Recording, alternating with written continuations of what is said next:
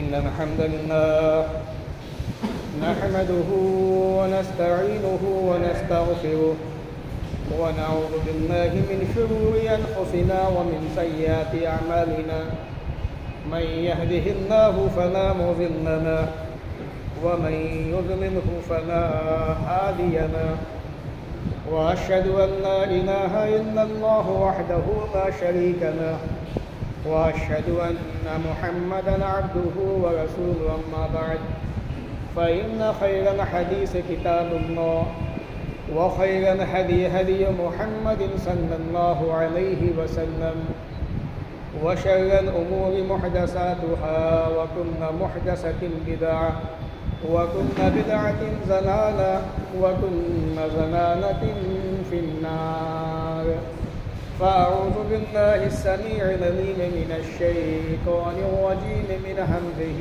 ونفخه ونفسه بسم الله الرحمن الرحيم ولا تحسبن الله غافلا عما يعمل الظالمون وقال تعالى في موضع آخر يا أيها الذين آمنوا إن تنصروا الله ينصركم ويثبت أقدامكم وفي موضع آخر وأطيعوا الله ورسوله ولا تنازعوا فتفشلوا وتذهب ريحكم واصبروا إن الله مع الصابرين رب اشرح لي صدري ويسر لي أمري واحلل عقدة من لساني يفقهوا قولي رب زدني علما آمین اللہم رب زدنی علما آمین۔ تمام قسموں کی تعریف اللہ رب العالمین کے لیے لائق و زیبا ہے، جو ہم سب کا پیدا کرنے والا ہے، ہم سب کا مالک ہے، ہم سب کا رازق ہے۔ اسی نے دنیا بنائی، جہاں بنایا اسی دنیا کے اندر انسانوں کو بسایا اور انہی انسانوں کے اندر سے اپنے نیک بندوں کو نبی بنایا، رسول بنایا۔ آخر میں محمد رسول اللہ صلی اللہ علیہ وسلم کو رہتی دنیا تک رحمت بنا کے بھیج دیا۔ درود و سلام نازل و تمام نبیوں پر، خاص طور سے اللہ کے آخری نبی، چہیتے پیارے نبی محمد رسول اللہ صلی اللہ علیہ وسلم پر اللہم صلی وسلم وبارک علیہ۔ سامعین، رمضان المبارک کا مہینہ ابھی ہم سے جدا ہوا ہے، رخصت ہوا ہے، اور ہمارے سامنے شوال کا مہینہ ہے۔ رسول عربی صلی اللہ علیہ وسلم شوال کے مہینے کے اندر 6 روزے رکھا کرتے تھے، اور آپ نے امت کو بھی ان روزوں کو رکھنے کا حکم دیا، اور آپ نے ان کی فضیلت کی طرف اشارہ کرتے ہوئے فرمایا کہ من صام رمضان ثم اتبعہ ستا من شوال کان کصیام الدہر، رواہ مسلم فی کتاب الصیام۔ جس انسان نے رمضان کے مہینے کے روزے رکھے، رمضان کے بعد 6 روزے شوال کے رکھے، تو اس نے گویا کہ مکمل سال، پورے سال روزے رکھ لیے۔ اور یہ روزے نفلی روزے ہیں، سنت نہیں ہے، واجب نہیں ہے۔ کوئی انسان رکھتا ہے تو ثواب ہے، نہیں رکھتا ہے تو گناہ نہیں ہے اس کے اوپر۔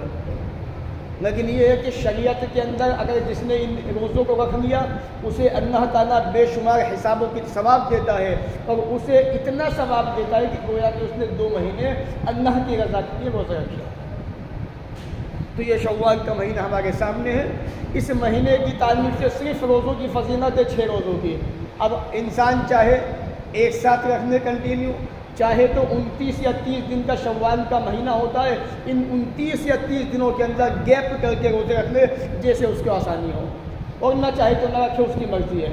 شریعت نے اس کو پابند نہیں کیا کہ اسے رکھنے ہی رکھنے ہیں۔ نفلی روزے ہیں، رکھو گے تو ثواب ملے گا، نہیں رکھو گے تو گناہ نہیں ملے گا۔ لیکن یہ بڑے فائدے کی چیزیں ہوتی ہیں، رکھنے میں بہت بڑے فائدے ہوتے ہیں ان کے اندر۔ بھائیو، اس وقت ہم جس سماج اور معاشرے کے اندر زندگی گزار رہے ہیں، اس سماج کی حالت دن بدن نازک سے نازک ہوتے جا رہی ہے، اور اکثر خطبوں کے اندر میں یہ اشارہ دے چکا ہوں یا دیتا رہتا ہوں کہ پیارے نبی علیہ السلام نے فرمایا تھا قیامت کے نزدیک فتنے کثرت سے پیدا ہوں گے، اور قتل بھی بڑے عام ہوں گے. ایک انسان کا مرڈر، ایک انسان کا قتل یوں ہی کر دیا جائے گا اور اسے یہ بھی نہیں پتہ ہوگا کہ مجھے کس گناہ کی وجہ سے یا کس وجہ سے مجھے مارا گیا، قتل کیا گیا ہے. اور آج کا یہ دور، یہ وقت، پوری دنیا کا سروے کیجیے، آپ معائنہ کیجیے، پوری دنیا کے اندر تباہی مچی ہوئی ہے، ہاہاکار مچا ہوا ہے. ہر ایک کے نشانے پہ ایک ہی ہے صرف بس، مذہب اسلام. مسلمانوں کا تو بہانہ لیا جاتا ہے، اصل سازش تو یہ ہے کہ اسلام کو دنیا سے مٹایا کیسے جائے.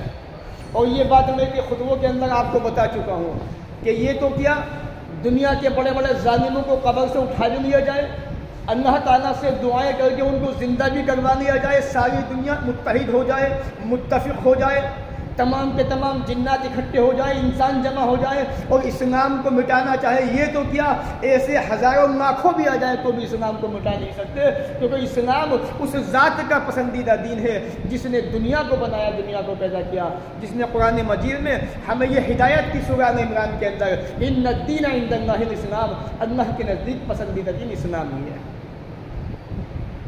یہ تو شیطان کے بہکاوے میں آ کے اپنی دنیا بھی آخرت بھی برباد کر رہے ہیں. شیطان نے نہ جانے کتنوں کو برباد کر دیا، کتنوں کو بہکا دیا، گمراہ کر دیا. اور جب قیامت کا دن آئے گا تو اللہ کے سامنے بحث و مباحثہ ہوگا. 13واں پارہ پڑھیے گا، 13 پارہ، اس کے اندر اللہ نے شیطان کی گفتگو کو ذکر کیا ہے قیامت کے دن کی.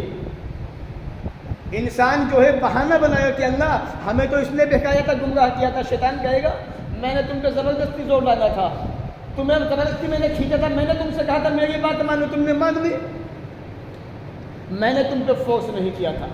جس طرح جنگ بدر کے میدان میں کفار مکہ کو مسلمانوں کے سامنے لا کے کھڑا کر دیا، جب کفار پٹنے پہ آئے تو وہاں سے دم دباتا ہوا بھاگا اور یہ کہتا ہوا نکل گیا. 10واں پارہ پڑھیے، انی ارا ما لا ترون، جنہیں میں دیکھ رہا ہوں تم نہیں دیکھ رہے ہو، انی اخاف اللہ، میں تو اللہ سے ڈرتا ہوں. انسان کو اتنا بزدل بنا دیا، نڈر بنا دیا کہ اللہ سے مت ڈرو، اللہ کی ایک مت سنو. اگر تم طاقتور ہو کمزور کو دبا دو اور جو چاہو چھین لو، جو چاہو مان لو، منوا لو. لیکن جب اپنی باری آئی تو کیا کہا، میں تو انہیں دیکھ رہا ہوں جنہیں تم نہیں دیکھ سکتے اور میں تو اللہ سے ڈرتا ہوں. انی اخاف اللہ، اللہ تو بڑی سخت سزائیں دینے والا ہے. انسان کو پھر بھی عقل نہیں آتی، پھر بھی انسان کو سمجھ نہیں آتی کہ شیطان ہمیں بہکاتا ہے، گمراہ کرتا ہے، آپس میں لڑاتا ہے اور راستہ صاف کر کے نکل جاتا ہے. انما یرید الشیطان ان یوقع بینکم العداوۃ والبغضاء، شیطان تو چاہتا ہی یہ ہے کہ تمہارے بیچ میں نفرتیں پیدا کرا دے، دشمنیاں پیدا کرا دے. اللہ تعالیٰ چاہتا ہے کہ تمہارے اندر محبتیں قائم کر دے. لیکن حقیقت یہ ہے کہ ہمارا یہ سماج، یہ معاشرہ جس میں ہم زندگی گزار رہے ہیں، آپ اس وقت اس ماحول کے اندر ہر آدمی کو اچھی طرح پہچان سکتے ہیں، سمجھ سکتے ہیں کہ کون آدمی کتنا پانی میں کھڑا ہوا ہے، کون سا آدمی مسلمان ہے، کون سا آدمی مومن ہے، اور منافقوں کی کتنی بڑی تعداد سماج کے اندر موجود ہے. آج کے دور میں آپ اچھی طرح پہچان سکتے ہیں، سمجھ سکتے ہیں. یہ دور ہمارے سامنے ایسا دور ہے. رسول عربی صلی اللہ علیہ وسلم کے سامنے بھی ایسا وقت آیا تھا، جو صحابہ مومنین تھے وہ میدان جہاد میں چلے گئے تھے. کچھ مسلمان تھے، جانا چاہتے تھے، اسباب موجود نہیں تھے، نہیں گئے. لیکن منافقین کی جماعت بھی موجود تھی، انہوں نے بہانہ بنایا، بہانہ بنا کے بیٹھ گئے. لیکن جو صحابہ غریب تھے، جن کے پاس وسائل موجود نہیں تھے، اسباب نہیں تھے، جانے کو سواری نہیں تھی، انہوں نے کہا اللہ کے نبی سواری دے دیجیے، ہم جانے کو تیار ہیں. اللہ نے قرآن مجید میں سورۃ توبہ کا ذکر کیا ہے کہ میرے پاس تو سواری نہیں ہے. تو جانا چاہتے تھے، اس لیے پیارے نبی نے فرمایا تھا کہ کچھ لوگ ایسے موجود ہیں مدینہ کے اندر جو اس سفر میں ہمارے ساتھ موجود ہے، میدان جنگ کے اندر بھی ہمارے ساتھ موجود ہے. کہا اللہ کے رسول ایسا کیسے؟ کہا کہ وہ آنا چاہتے تھے میدان جہاد میں، لیکن ان کے پاس سواریاں موجود نہیں تھی، ان کے پاس عذر موجود تھا. تو اس زمانے کے اندر اللہ تعالیٰ نے چھانٹ دیا مومن کون تھے، مسلمان کون تھے، منافقین کون تھے. رضوا بأن يكونوا مع الخوالف، آخری آیت 10ویں پارے کی، کہ یہ منافقین چاہتے ہیں کہ عورتوں کے ساتھ میں گھروں میں بیٹھے رہیں. اللہ نے ان کے دلوں پہ مہر لگا دی، یہ جان نہیں سکے. تو جو حالات وہاں موجود تھے، اللہ تعالیٰ نے تمام کے تمام حالات کی تصویر کتاب و سنت کے اندر بڑے اچھے انداز میں بیان کر دی ہے. تو ان باتوں سے میں آپ کی توجہ موجودہ ہندوستان کے جو حالات ہیں ادھر دلانا چاہتا ہوں۔ ہماری ذمہ داریاں کیا بنتی ہے؟ دیکھیے ایک بات یاد رکھیے، فلسطین کا مسئلہ ہو چاہے غزہ کا مسئلہ ہو، کہیں کا بھی مسئلہ ہو، اب سے پہلے بھی بہت سارے ممالک بہت سارے شہر ایسے تھے جہاں پر یہ حادثے ہو چکے ہیں، کہیں کا بھی مسئلہ ہو، جب تک توحید کو نہیں اپناؤ گے، توحید تمہارے ہاتھوں میں نہیں آئے گی، کچھ بھی ہونے والا نہیں ہے۔ میں انشاءاللہ مثالیں دوں گا۔ آج ہماری دعاؤں کے اندر وہ طاقت کیوں نہیں ہے، وہ تاثیر کیوں نہیں ہے؟ ہم دعائیں مانگ رہے ہیں، دعائیں قبول نہیں ہو رہی ہیں۔ وہ اس لیے نہیں ہو رہی ہے بتاؤں گا انشاءاللہ، کیونکہ دعا مانگنے والے ہاتھوں کے اندر وہ طاقت نہیں رہی، یا دعا مانگنے والا جو جسم جو پنپا ہے، جو پنا بڑھا ہے، وہ حرام سے بڑھا ہے، یا اس کے اندر منافقت موجود ہے، نفاق موجود ہے، تو اللہ کے یہاں پہ دعائیں قبول کیسے ہو سکتی ہیں؟ تو اس لیے موجودہ وقت میں اس سے پہلے میں آپ کی توجہ وہاں دلاؤں، کتاب و سنت کی روشنی میں آپ کو یہ بتانا چاہتا ہوں، وَلَا تَحْسَبَنَّ اللَّهَ غَافِلًا عَمَّا يَعْمَلُ الظَّالِمُونَ۔ پہلی چیز تو یہ کہ اللہ تعالیٰ کو بے خبر مت سمجھو ان کاموں سے جو یہ ظالم انجام دے رہے ہیں۔ بڑے بڑے ظالموں کو اللہ نے ٹھکانے لگا دیا۔ جب اللہ کا عذاب آتا ہے تو پھر ظالم کتنا ہی پاورفل کیوں نہ ہو، کتنا ہی طاقتور کیوں نہ ہو، کتنا ہی مضبوط کیوں نہ ہو، یا اپنے مکان کے اندر مضبوط مکان میں کہیں بھی گھس جائے، وہ اللہ تعالیٰ اس کو وہاں سے نکال کے نیست و نابود کر دیتا ہے۔ 28واں پارہ پڑھیے، اور میں آپ کو اکثر کہتا ہوں، یاد دلاتا ہوں، سب سے بڑی بدنصیبی اس مسلمان قوم کی یہ ہے کہ اس نے آج تک قرآن مجید کو کھول کے دیکھنے کو تیار نہیں ہے، قرآن کو پڑھنے کو تیار نہیں، قرآن کو سمجھنے کو تیار نہیں ہے۔ مانعتہم حصونہم من اللہ، کہ ان کے مضبوط قلعے بھی، ان کے مضبوط مکان بھی ان کو اللہ کے عذاب سے بچا نہیں سکے۔ اور تو اور جب اللہ کا عذاب آتا ہے تو دنیا کے ظالموں کو بہا کے لے جاتا ہے، تباہ کر دیتا ہے، برباد کر دیتا ہے۔ اللہ کے نبی جناب محمد رسول اللہ صلی اللہ علیہ وسلم سے پہلے جتنے بڑے بڑے انبیاء ہوئے ان کی تاریخ کو پڑھ لیجئے۔ جب زمین پہ ظلم ہوا ہے، چاہے وہ موسیٰ رہا، فرعون رہا ہو، چاہے وہ قارون شداد کا مسئلہ رہا ہو، یا ہلاکو خان کا مسئلہ رہا ہو، یا وہ تاتاری قوم کا فتنہ رہا ہو، اسی طرح چنگیز خان کا مسئلہ رہا ہو، کسی کا بھی مسئلہ رہا ہو، جس نے دنیا میں ظلم کھایا ہے، ظلم کیا ہے، اللہ تعالیٰ نے اس کو اس کے ظلم کی بنیاد پہ تباہ کر دیا، برباد کر دیا۔ لیکن اس سے پہلے ہماری ذمہ داریاں کیا ہیں؟ ہمیں ان کو سمجھنے کی ضرورت ہے۔ ہم اپنی ذمہ داریوں کو سمجھنے کے بجائے، اپنی ذمہ داریوں کو نبھانے کے بجائے، اپنی ذمہ داریوں کو اپنانے کے بجائے ہم غیر پہ فرض سے اعتراض کرتے ہیں۔ دیکھیے وقف کا مسئلہ، جہاں تک انشاءاللہ میں آخر میں اشارہ دوں گا آپ کو، اتنی نالج میرے پاس نہیں ہے اس تعلق سے، یا جو ہمارا ہندوستان کا جو وقف کا مسئلہ ہے، لیکن جو چیزیں میرے سمجھ میں انشاءاللہ آ رہی ہیں میں آپ کے سامنے وہ رکھنے کی کوشش کروں گا، تاکہ ہمیں یہ پتہ چلے، ہم یہ جانیں کہ مسلمانوں کی کمزوریاں کہاں کہاں پر رہی ہیں، مسلمان اتنا کمزور کیوں ہو چکا ہے۔ اللہ کے نبی کی وہ حدیث جو رسول اکرم صحابہ کو بتا کے گئے تھے ابو داؤد کی، وہ ہمارے سامنے موجود ہے، پھر بھی ہم اس حدیث کی روشنی میں اپنے آپ کو سنوارنے بنانے کو تیار کیوں نہیں ہے، ہماری توجہ ادھر کیوں نہیں جاتی ہے۔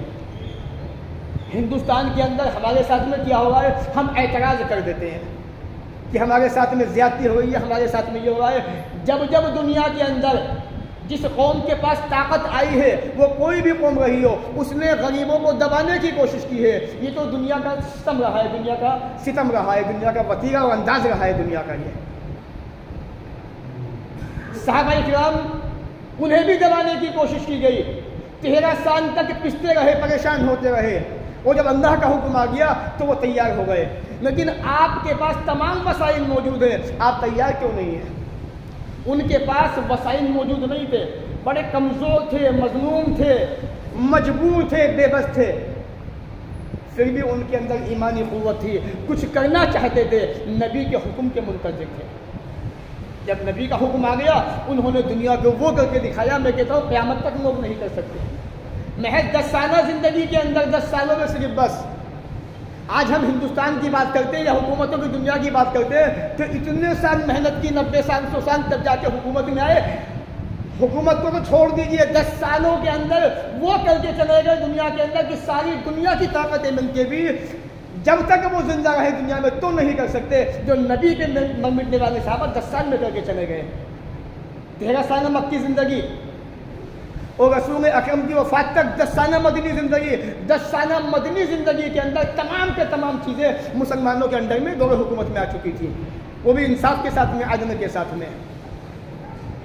تلاشتے نہیں، پڑھتے نہیں، لوگوں کو سنتے ہیں یوٹیوب پر بس اور فیصلے کرتے ہیں، آنکڑے لگاتے ہیں ان کے بارے میں کہ ہاں اس نے جو بات کہی ہے وہ حدیث کے مطابق کہی ہے، حدیث کو تم نے جا کے دیکھا حدیث نمبر کتنی ہے اس کی، تم نے پڑھنے کی کوشش کی اس کو، محدثین نے حدیث کے بارے میں کیا کہا ہے، فلاں آدمی نے کہا کہ اس کا معنی یہ ہے، تم نے اس آدمی کی بنیاد پہ معنی کیسے سمجھ لیا کہ معنی یہ ہوگا، معنی وہی ہوگا اس کا جو محدثین بیان کر کے چلے گئے۔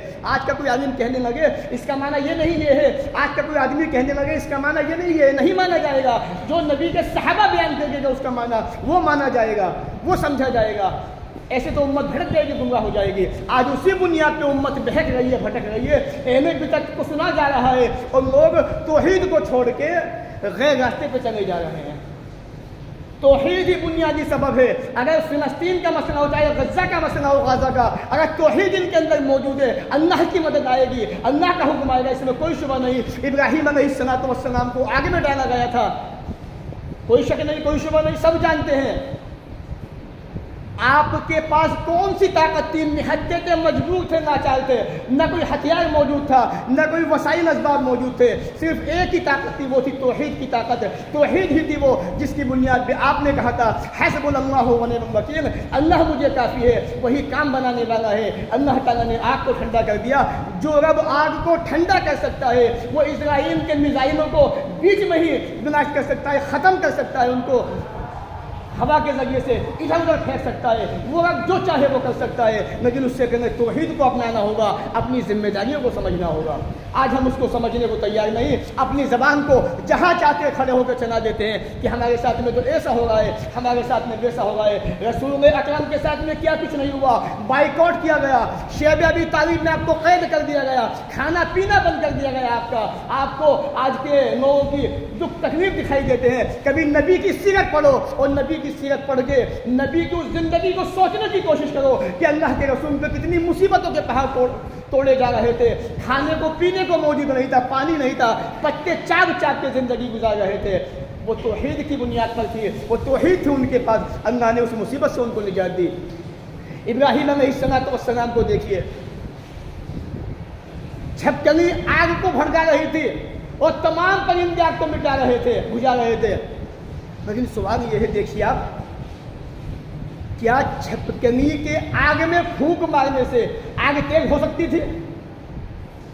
ہرگز نہیں۔ کیا تمام کے تمام پرندوں جانوروں کے پھونک مارنے سے آگ کم ہو سکتی تھی، بجھ سکتی تھی؟ آگ تو بھڑک رہی تھی۔ تو اس میں دو چیزیں، دو کردار، دو نتیجے۔ وہ کیا کہ اللہ تعالیٰ نے یہ بتا دیا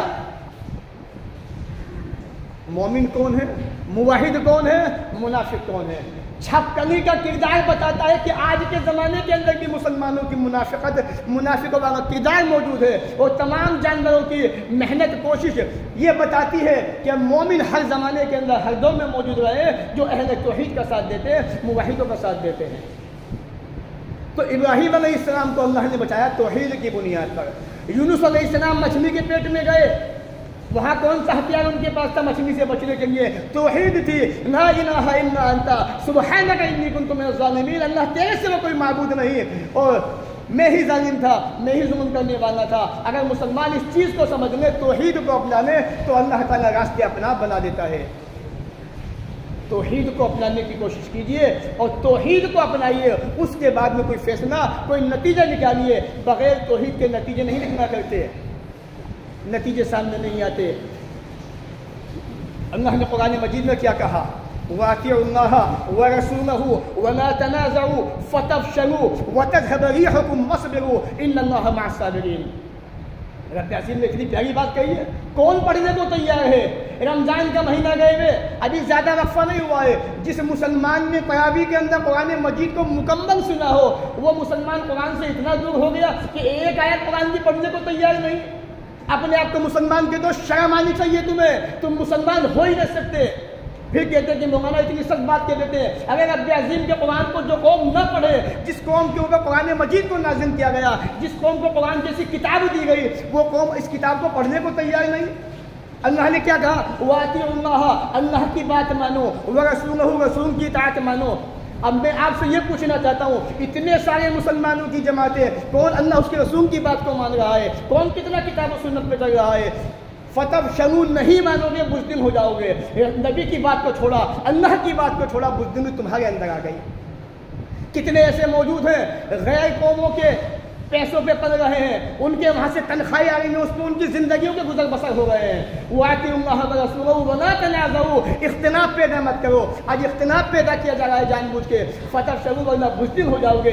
بزدلی تمہارے اندر آ چکی ہے، اب تم کچھ نہیں کر سکتے۔ وَتَذْهَبَ رِيحُكُمْ، تمہاری ہوا اکھڑ جائے گی، ہوا جاتی رہے گی، ہوا جا چکی، کچھ نہیں بچا تمہارے پاس۔ وَاصْبِرُوا، صبر سے کام لو۔ صبر تم کر نہیں سکتے، کیونکہ میں جانتا ہوں صبر ہر ایک کے بس کی بات نہیں ہے۔ یہ تو نبی کے صحابہ تھے جنہوں نے صبر کر کے دکھایا، اور ان سے تعلیم پانے والے تابعین تبع تابعین، انہوں نے صبر سے کام نہیں دکھایا۔ امت پہ، دنیا پہ غالب رہے، دنیا پہ حکومت کرتے رہے، انصاف کے ساتھ میں حکومتیں کی۔ کس بنیاد پہ؟ کتاب و سنت کی بنیاد پہ۔ اللہ تعالیٰ ان اللہ مع الصابرین، صبر کرنے والوں کے ساتھ ہے۔ صبر ہمارے پاس کہاں ہے؟ نہ توحید رہی، نہ قرآن کی تلاوت رہی، نہ رسول کی اطاعت کا جذبہ رہا، نہ اللہ کی بات ماننے کو تیار ہیں۔ اختلاف نہیں ہوگا تو کیا ہوگا؟ بزدلی نہیں آئے گی تو کیا ہوگی؟ پھر جب اللہ کی بات نہیں مانو گے، گناہوں کی کثرت ہوگی، تو اللہ نے کہہ دیا ایسے ایسے ظالم حکمراں تم پہ مسلط کر دوں گا جو تمہاری اینٹ سے اینٹ بجا دیں گے۔ بھول گئے تاتاری حکومت کو؟ امام ابن تیمیہ رحمۃ اللہ علیہ کے زمانے کا سب سے خطرناک فتنہ تاتاریوں کا فتنہ تھا، جنہوں نے بغداد کے آخری خلیفہ معتصم باللہ کو 1258 عیسوی کے اندر قتل کر دیا، ہلاک کر دیا، اور اس کے بعد بغداد کے شہروں کے اندر داخل ہوئے، مسلمانوں کو قتل غارت کر عام کر دی، مسلمانوں کے بے تحاشا خون بہائے انہوں نے، اور جو ہے وہاں پر قابض ہو گئے۔ بغداد کے اندر اپنی حکومت جما دی انہوں نے تاتاریوں نے۔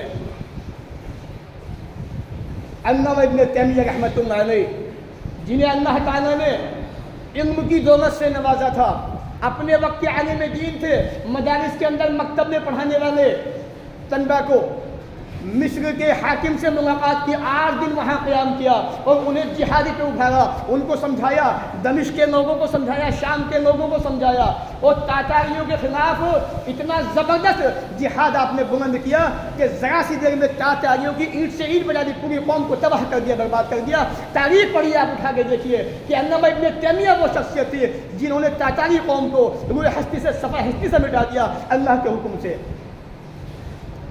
شام کے لوگوں نے، بیت المقدس کے لوگوں نے، دمشق کے لوگوں نے جشن منایا، خوشی منائی کہ ہمارے اوپر سے یہ مصیبت ٹن گئی۔ مصر کا بادشاہ بڑا خوش ہوا، ملک ناصر، اور آپ کو حکومت کے عہدے پیش کیے، کہا کہ میں عہدے قبول نہیں کر سکتا، میں تو ایک معمولی سا فرد ہوں، امت کا ایک خادم ہوں بس۔ یہ ہمارے اسلاف کا کردار تھا۔ آج ہمارے علماء وہ امت کے اندر وہ جذبہ پیدا کرنے کو تیار نہیں جو اسلام چاہتا ہے کہ مسلمانوں کے اندر وہ جذبہ پیدا ہو۔ آج ہمارے مدارس خطرے میں، مساجدیں خطرے میں، ہم نے کبھی توجہ نہیں دی ادھر، بس شکوے شکایتیں رہی ہیں۔ میڈیا کا دور ہے، میڈیا کے ذریعے ہم کیا کر رہے ہیں؟ وہ میڈیا اس کو چھوڑ دیجئے، وہ تو بکا ہوا ہے، اس میں کوئی شبہ کوئی شک نہیں، دنیا جانتی ہے، لیکن سوشل میڈیا آپ کے پاس ہے، آپ کتنا اپنے کام کو، اپنے فریضے کو انجام دے رہے ہیں۔ آپ کی حالت تو یہ ہے کہ آپ کو تو اتنا بھی پتہ نہیں کہ کون سی خبر صحیح ہے، کون سی غلط ہے، مجھے کون سی بات آگے شیئر کرنی چاہیے، کون سی نہیں کرنی چاہیے۔ مسلمان اتنا غریب ہو چکا ہے علم کے اندر بھی، دین کے اندر بھی، اور اتنی بڑی طاقتور قوم ہونے کے بعد، طاقتور کتاب و سنت کے اعتبار سے، جس قوم کے پاس قرآن جیسی کتاب موجود ہو، اس قوم کا حال یہ ہے 4% مسلمانوں کا طبقہ پڑھا لکھا ہے، باقی جاہلوں کی تعداد ہے، مسلمان پڑھنے کو تیار نہیں۔ اس دور میں کچھ جذبہ پیدا ہوا ہے جو دھیرے دھیرے بڑھ رہا ہے، اللہ تعالیٰ اس جذبے کو قائم رکھے پڑھائی کے، پڑھنے کے۔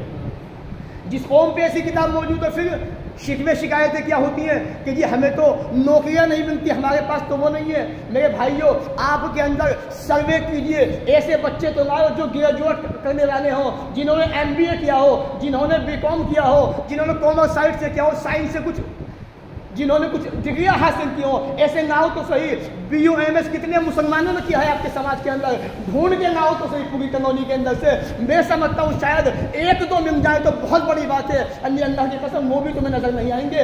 اپنے آپ کو کہتے ہو کہ عہدے نہیں ملتے، ایجوکیشن تمہارے پاس موجود نہیں ہے، کچھ بھی تمہارے پاس موجود نہیں ہے۔ جس اسلام کی خوبی یہ ہو، جس رب نے سب سے پہلے یہ کہا ہو کہ اقرأ بسم ربک الذی خلق، تمہارا پہلا دستوری ایجوکیشن کی تعلیم تھی، تم نے اسی تعلیم کو ختم کر دیا، چھوڑ دیا۔ رہا وقت کا مسئلہ، میں زیادہ کچھ نہیں کہوں گا اس بارے میں، علماء جانتے ہیں اچھی طرح سے، کہنے والے کہہ رہے ہیں، سیاسی لیڈر بھی سامنے آ چکے ہیں، سیاست بڑی گرم ہو چکی ہے اس کے اوپر، اور کس انسان کا کیا فائدہ ہے وہ اچھی طرح جانتا ہے۔ لیکن اتنا تو کہوں گا، اگر حقیقت میں وقت پراپرٹی کا صحیح استعمال کیا گیا ہوتا تو آج ہندوستان کے اندر مسلمان غریب نہ ہوتے، آج مسلمان جو ہے جاہل نہ ہوتے، ان پڑھ نہ ہوتے، گوار نہ ہوتے۔ جن لوگوں نے وقت کے اوپر جو ذمہ دار تھے اس کے، اگر وہ چاہتے ہاسپٹل بنوا سکتے تھے، اتنی بڑی پراپرٹی کے اندر پیسہ بہت تھا، کالج بن سکتے تھے، یونیورسٹیاں بن سکتی تھی، اسکول قائم ہو سکتے تھے، غریبوں کے مکان بن سکتے تھے۔ آپ دیکھیے، سروے کیجیے، کاشی رام آواس نواس کالونی، مایاوتی نے بسائی ہوئی کالونی، فنا کی بسائی ہوئی کالونی، حکومت کی کالونیاں، مسلمان جن پہ اتنی بڑی پراپرٹی موجود ہے۔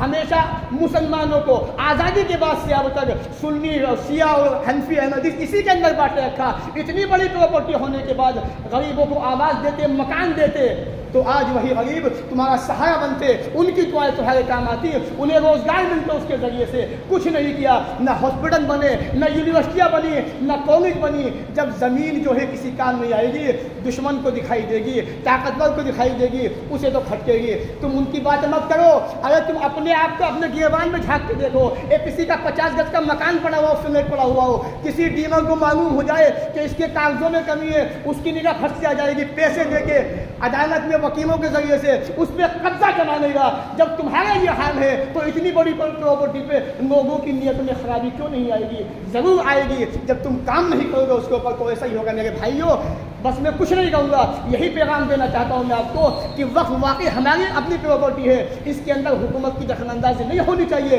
اس میں کوئی شک کوئی شبہ نہیں ہے۔ لیکن جب سامنے والوں کو موقع دو گے اور وہ طاقت میں ہوگا، وہ تمہیں دبائے گا، تمہیں دبنا پڑے گا۔ اس لیے اپنے اندر اتفاق و اتحاد سب سے پہلے پیدا کرو، اور اللہ کی توحید کو اپناؤ گے تو کامیاب ہوگے۔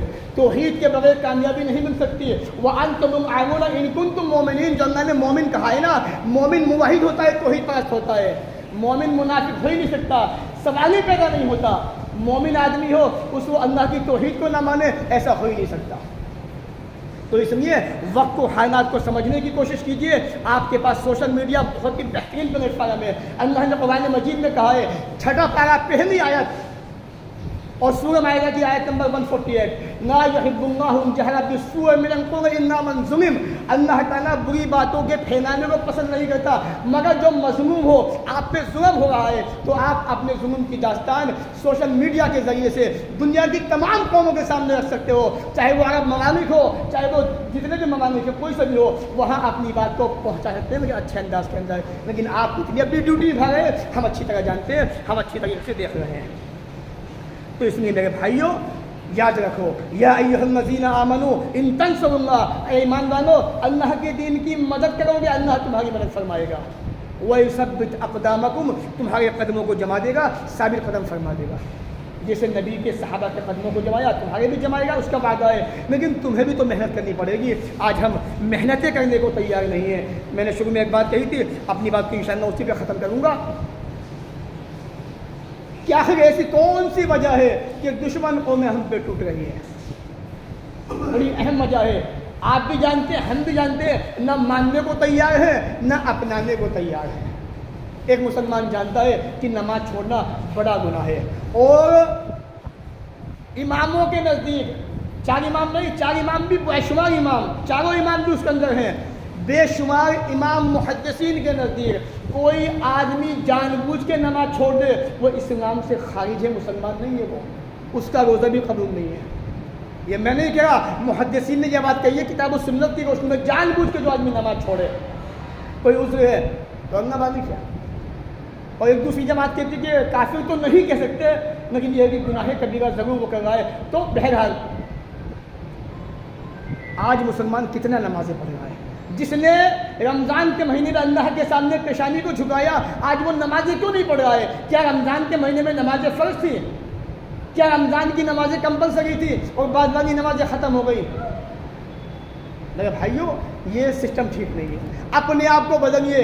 ان اللہ لا یغیر ما بقوم حتی یغیروا ما بانفسہم. اللہ تعالیٰ بھی اس قوم کی حالت نہیں بدلتا جب تک کہ وہ خود اپنے آپ کو چینج کرنے کی کوشش ہی نہ کرے. تو پیارے نبی نے فرمایا تھا قریب ہے کہ ایک زمانہ ایسا آئے گا تمام کی تمام امتیں تم پہ ٹوٹ پڑیں گی جیسے کھانے والا اپنے کھانے پہ ٹوٹ پڑتا ہے. تو صحابہ بڑے تعجب میں کہ اللہ کے نبی ایسا کیوں؟ کیا ہم تھوڑے ہوں گے؟ نہیں، بل انتم یومئذ کثیر، بلکہ تم بہت زیادہ ہوگے، تعداد تمہاری بہت ہوگی. ولکنکم غثاء کغثاء السیل، لیکن تمہاری حیثیت سمندر کے جھاگوں کی طرح سے ہوگی. پانی آیا جھاگوں کو بہا کے لے گیا. آج ہندوستان میں کتنی بڑی آبادی مسلمانوں کی ہے؟ چھوٹی موٹی ہے. سروے کچھ بھی کہے، دعوے سے کہتا ہوں 50 کروڑ سے زیادہ کا آبادی مسلمانوں کی ہندوستان کے اندر موجود ہے. آپ خود سروے کیجئے. کہنے والا تو کہتے کہ 20 ہے 20 ہے. ایک زمانے پہلے کی باتیں ہوتی تھی 2000 کے آسپاس کے مسلمان جو 40 سے پار پہنچ چکے ہیں. اتنا 25 سال کا وقفہ آ چکا، تعداد بڑھی نہیں رہی ہے، بہت ہے، لیکن تم اس پہ توجہ نہیں دیتے.